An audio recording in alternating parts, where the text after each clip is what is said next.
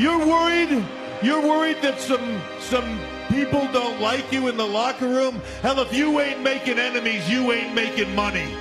If everybody doesn't hate you, then you are not living up to your full potential. The good life, Seth. You get one shot at life. One shot. One go around in this world.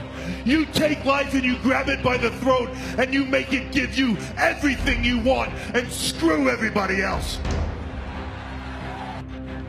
If you want to be great, you want to be the baddest motherfucker ever at what you do, you're going to be misunderstood by everybody because you're going to be so fucking obsessed and so driven to get there. That's what it takes. It takes every second of your fucking life. Anybody says balance?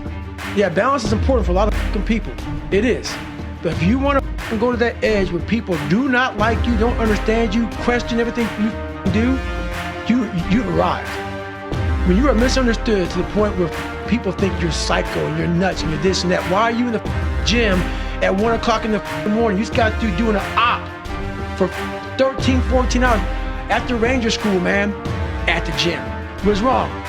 You will never understand what is wrong with me. And that's why I'm so glad you don't, because I'm in the right spot. When people don't understand you anymore, you're in that spot. Thing that makes me so pissed off in this world, man, the only thing that gets me mad nowadays is that so many people die with untapped potential because they think that someone else is better than them. And they were born, not with the greatest tools. Just because a man is on top one day, it don't mean he's gonna be on top forever. And just because you're not on top today don't mean you ain't gonna be on top forever. Like, don't listen to stuff on and try to be something you're not, all right? Don't be like a studio gangster. You ain't gotta try to claim something you're not or be something you're not. Like, be comfortable in your own skin is what I'm trying to tell y'all. I use that to my advantage that I was a high school dropout, that I was homeless, that I ate out of trash can. I love dealing with a dude who think because he come from money, he better than me. Let's go. Let's go. You got money, but do you got that dog? Yeah, you got money, you got privilege, but do you got that dog? Do you got that stamina? So yeah, you might have something I don't have right now, but if I work hard, I can have what you have. Your mama and daddy and your family have to deal with the decisions you make. So tomorrow, you start training. Train like it's your life, not a game. Like it's your life. Like it's the last opportunity, the only opportunity. Give it everything you got. But if you don't go out there and give 120%, you're not a man. A man don't always put forth effort and accomplish his goals. As men, we fail too. We don't always do everything perfect, but if you're a real man, you try. That life doesn't happen to you. We all think that life happens to me, right? Life happens for you. It happens for you. I mean, opportunities will come to you every day. It's either for you, you can remain scared of the opportunities, or you can embrace them and take them. Some of you are so worried by the threat of trouble. You're not in trouble, it's just that trouble has threatened you. And the threat of what might happen, what could happen, is wearing you down. Half of the things that you thought were going to happen never did happen. But if you allow those thoughts to dwell in your mind, it will succeed at robbing you of your peace, robbing you of your joy, robbing you of your life, just because you thought yourself into a nervous breakdown. You thought yourself into depression. You thought yourself into defeatism. The mind is the battleground. The fight is in your mind. So I want to challenge you to waste no more effort wrestling with other people. The fact that something really devastating happened in my life gave me the opportunity to have something great happen. And I think that's the way it works. You got to have good and bad. In life, there's good and there's evil, and there's good and bad. And a lot of times when evil and heavy, terrible things comes along in your life, it's really an opportunity. It takes courage to be exceptional. It takes courage to be wise. It takes courage to be rich. It takes courage to be educated. It takes courage to be knowledgeable. Because the moment you do, but you don't talk like, you forgot where you came from. Look at you talking. It takes courage.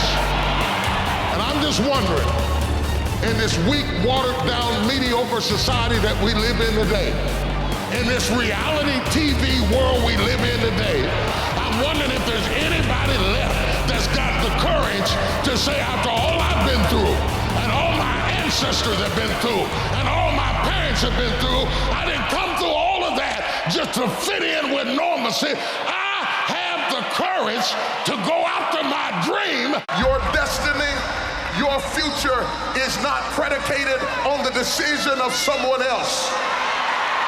You've wasted too much of your life trying to change other people's mind about you. It doesn't matter what they think about you. God is not going to bless you by their opinion. God is going to bless you by how you see yourself. Always go to something bigger than yourself. I'm wondering if you've been defeated because you have been giving yourself wholly to something that was too small to hold you. Do you have the courage to act outwardly on what you see inwardly? It takes courage to be successful. It is far easier not to be successful. If you don't want to make waves, be mediocre, be normal, and fit in. And if you're more concerned about people than you are God, then neutralize everything He put in you. Just fit in with everybody else. Dress like them, walk like them, act like them, eat like them, go where they go, think like they think, do what they do. And once you've neutralized your uniqueness, you don't need courage. It takes courage to be different. It takes courage to go where you've never gone before.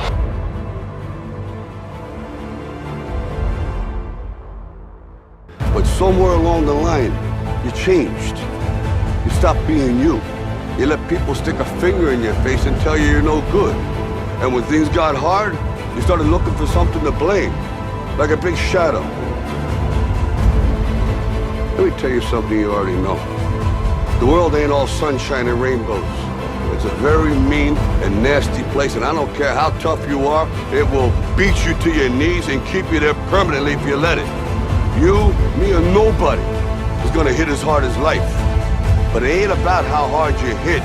It's about how hard you can get hit and keep moving forward. How much you can take and keep moving forward. That's how winning is done.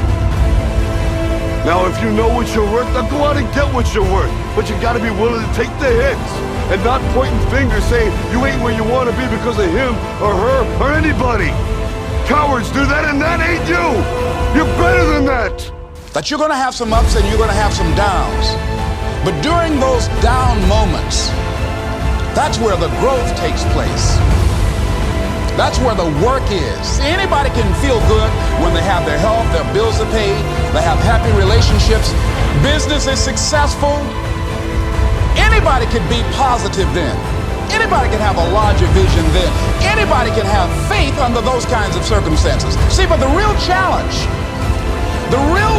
of growth, mentally, emotionally, and spiritually, comes when you get knocked down.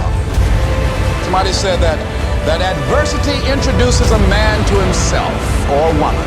All of us have experienced some tragedy, and if we haven't, we will. And you can either let it destroy your life or you can build upon it. You can permit it to let it hold you down, or you can decide, I'm not going to let that happen to me. I'm bigger than this. Make a declaration to yourself. Declare all out war that you're going to get out of this rut.